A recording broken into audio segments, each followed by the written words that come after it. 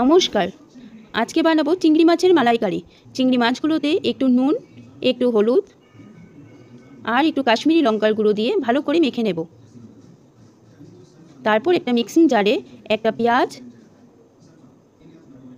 কয়েকটা কাঁচা লঙ্কা আর অল্প রসুন দিয়ে ভালো করে পেস্ট বানিয়ে রাখবো। আমাদের এখানে নারকেলের দুধও লাগবে। তারপর কড়াইতে তেল গরম হয়ে গেলে চিংড়ি মাছগুলোকে ছেড়ে দেব। চিংড়ি মাছগুলোকে লাল করে ভেজে নিয়ে উঠিয়ে রাখবো।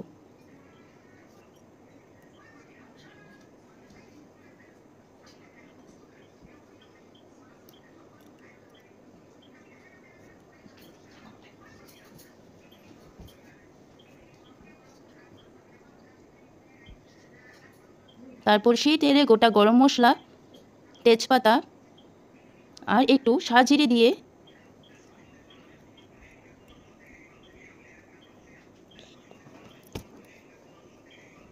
এর মধ্যে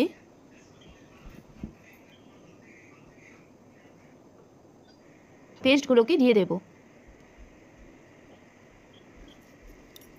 পেস্টগুলো একটু নাড়াচাড়া করে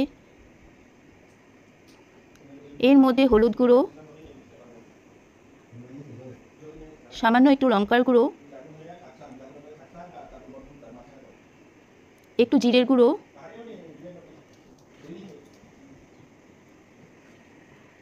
দিয়ে নাড়াচাড়া করে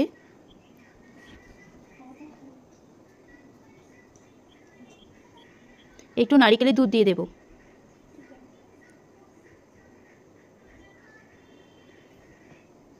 তারপর সামান্য একটু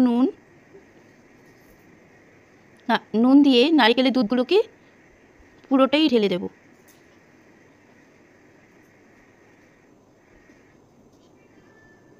তারপর ফুটে উঠলে গ্রেভিগুলোতে চিংড়ি মাছগুলোকেও দিয়ে দেব। বাস আমাদের রেডি চিংড়ি মাছের মালাইকারি।